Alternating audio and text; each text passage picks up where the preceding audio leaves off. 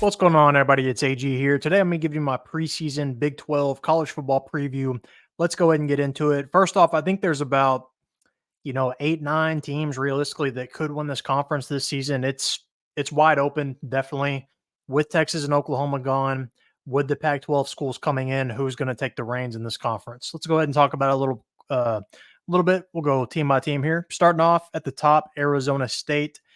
They're going to be towards the bottom this year.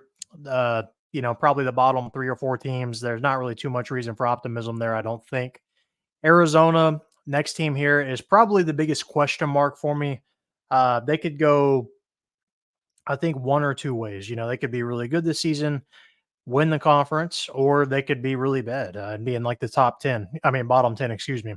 If they would have had Jeb Fish back, I would feel a lot more confident about this team. They'd probably be in my top 3 teams in the Big 12, no problem. Roster wise, they've got a lot of reasons for optimism, but with that coaching change, how is that going to affect this team? Because if they didn't have a coaching change, this team would be a top 25 team, no doubt, this year. You got no fifita back, you've got McMillan back. They brought in a really good running back in the transfer portal. So they should be an effective team, in my opinion, and should be explosive offensively. But with the coach, Brent Brennan, coming over, how is that going to affect this team? We're going to have to find out. The jury's kind of out on them, but they could win this conference. I wouldn't be shocked.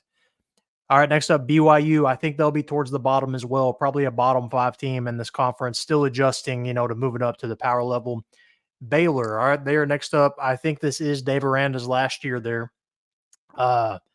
Barring a shocker this year, I don't see him having much success and saving his job. I don't know how on the hot seat he is, but I wouldn't be surprised if he's gone after this year and they bring in, Texas State's GJ Kinney or something. But Baylor should be improved from last year. They've got DeQuan Finn coming over at quarterback from Toledo. He's won a lot of ball games over the last 2 years at Toledo. If him and Penny Boone would have went back to Toledo, actually, they'd probably be like a top 25 team this season. But with him going over to Baylor, that's going to offer kind of a different element to their offense. Excuse me. Really good dual threat quarterback. He can run it, he can pass it, he can do a little bit of both. So I'm kind of curious to see how good Baylor is. I don't think they're a top 10 team, but I think they're kind of right on that edge. Next up, Cincinnati. They're probably going to be towards the bottom as well. Still adjusting, to moving up to the Big 12. Kind of missed the mark as far as timing, capitalizing on Luke Fickell's success when they were going through that playoff run with Desmond Ridder. If they would have came to the Big 12 during that time, it might be a different scenario, but it's going to take a little bit here. I don't know if it's going to be a coaching change or what. I don't know what the expectations are realistically, the first few years in a power conference for them. Next up, Colorado, one of the bigger question marks here. They're going to be talented, but we saw that last year. They still had limitations. They did beat TCU last season in the non-con, but, besides Sanders and Hunter, they're pretty limited. And I don't know how that's going to translate. The Big 12, I would say, is better overall than the Pac-12. Not necessarily saying at the top, last year they had Oregon and Washington, but they didn't just lose to Oregon and Washington. They lost a lot of games. So I think they'll be a little better than last season, but not much better. Maybe number 10 in the conference, somewhere around that range. Houston, I think they'll be towards the bottom this year as well. Now, they should be improved with time. I think Willie Fritz is going to turn this team around.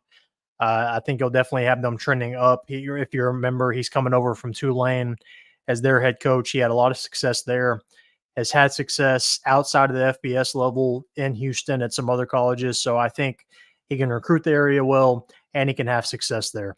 Next up, Iowa State. I think they're the sleeper in this conference right now. I think they're a top 25 team this season. They return so much. This might be Matt Campbell's best team he's had. They bring back Rocco Becht at quarterback. They bring back their running back. They bring back their top receiver, tight end. They're like top 5 in the nation in returning production. So I think Iowa State, this might be the year they finally kind of get over the hump in the Big 12. I'm not saying they're going to win the Big 12, but maybe a top 3 team in the Big 12. I don't think that's out of the realm of possibility. Kansas, this is another team that could win it. They're going to be talented. We saw that last year, even with Daniels going down at quarterback. They kind of bounced back with Bean. Now Bean is gone. So if Daniels can't stay healthy, which has kind of been his track record here, I hope I'm wrong. I hope he can stay healthy, but he hasn't really proven that yet. If he can stay healthy, Kansas has a shot here. But if not, I think they might be in trouble. And so I don't I don't see them winning the Big 12, but they could at least challenge for it, you know. Next up, Kansas State. I believe they are the betting favorites right now to win the Big 12. I don't think they're going to win the Big 12. I think there's two other teams that are ahead of them, but Kansas State, arguably a top 25 team this year. Will Howard's gone. They've got a good running back room. They've got Avery Johnson at quarterback. All right, they believed in him apparently enough to kind of run Will Howard off. Chris Kleiman has proven he can win games here, and so I expect them to be good again, probably pushing double-digit wins. Next up, Oklahoma State. I think this is currently the best team in the Big 12. They return similar to Iowa State. They return probably top 5 in production, I believe, in the country. They've got their 2 leading tacklers back, their quarterback's back, receivers are back. Most importantly, Ollie Gordon's back at running back, and Mike Gundy has proven that he can win a lot of ball games with lesser talent than what he has this year. They made the Big 12 championship last year in kind of a hit and miss year. You know, they were very up and down, but I think they'll be more consistent this year, a year older. I think this is a top 10 team in the country. I think they're the team to beat in the Big 12. TCU, I think they'll be improved from last season, but I still think there's a clear gap between them and, the top 9 teams probably. But I think they're kind of right on that edge. You could throw them in there with probably Colorado and Baylor. I would kind of put them all in that same category. And next up, Texas Tech. This is another one that I think could be a sleeper. They got really hyped up last preseason as a potential Big 12 winner. That didn't happen. But you'll see a lot of the time when that happens, it's like a year later when it finally hits. And McGuire has proven he can recruit well. He can bring in guys to get depth. They have Taj Brooks back at running back. He's going to be a top 5 running back in the country. So I think Tech could be a sleeper in this conference this year. And with Tech and Oklahoma State, I'm curious to see how they capitalize on Oklahoma and Texas leaving. I don't know if that's going to be beneficial to them or not, but you could offer them recruit-wise, like, hey, you can come win the Big 12.